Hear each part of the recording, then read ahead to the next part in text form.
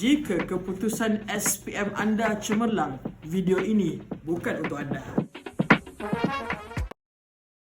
Baru-baru ini, kita telah dihebohkan dengan keputusan SPM. Saya yakin keputusan ini telah mencetuskan pelbagai reaksi daripada emak dan ayah, kawan-kawan mahupun sanak saudara. Saya ucapkan tahniah kerana bukan mudah kita nak menduduki SPM dikala dunia sedang dilanda dengan pandemik COVID-19. Bagi yang telah mendapatkan keputusan yang cemerlang, saya ucapkan tahniah sekali lagi. Tapi bagaimana pula dengan mereka yang kurang cemerlang atau tidak mendapat keputusan seperti yang diidamkan? Adakah ini penanda penamat bagi segala-galanya? SPM bukan satu pengakhiran. Jika anda mendapat keputusan yang cemerlang, benar, anda dijamin untuk mendapat masa hadapan yang lebih cerah. Tetapi jika gagal, adakah ini penamat? Jawapannya tidak. Anda kenal dengan seorang pakar motivator terkenal di seluruh Malaysia, Dr. Shukri Abdullah. Anda tahu mengenai keputusan beliau? Saya akan ceritakan. Dr. Shukri Abdullah hanya mendapat 1A dalam SPM beliau. Anda terkejut? Saya pun terkejut. Tetapi itu tidak menjadi pematah semangat kepada beliau. Pada tahun berikutnya, beliau menduduki pula peperiksaan STPM dan hanya mendapat 1B, 1D dan 2E. Kemudian, beliau cuba memohon untuk memasuki Universiti Malaya tetapi tidak berjaya. Apa yang dilakukan adalah Dr. Shukri meneruskan kehidupannya dengan bekerja sebagai seorang wartawan di Utusan Melayu. Pada tahun yang berikutnya, Dr. Shukri masih lagi tidak berhenti untuk berusaha. Beliau cuba sekali lagi untuk memohon memasuki Universiti Malaya. Permohonan beliau diterima.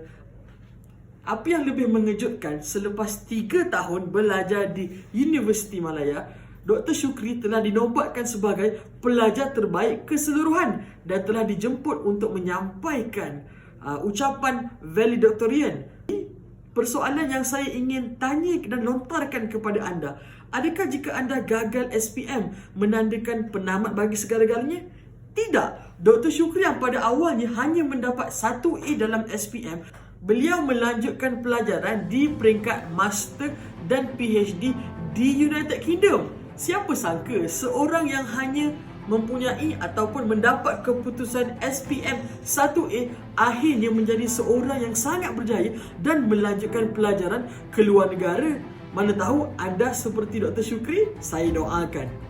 Dan sehingga ke hari ini kita lihat Dr. Shukri menjadi contoh tauladan kepada seluruh pelajar di seluruh Malaysia.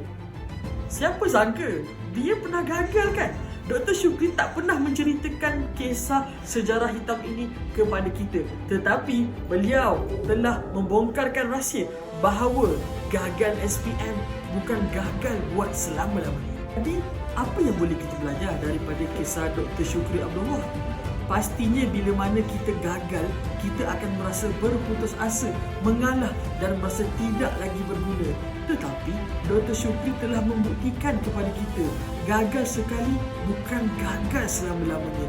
Mungkin kurang berjayanya anda pada SPM tahun ini menjadi pembuka kepada kejayaan yang lebih besar pada masa hadapan. Siapa tahu? Saya tidak tahu, anda pun tidak tahu. Yang pasti, gagal SPM bukan penanda gagal buat selamanya. Teruskan usaha.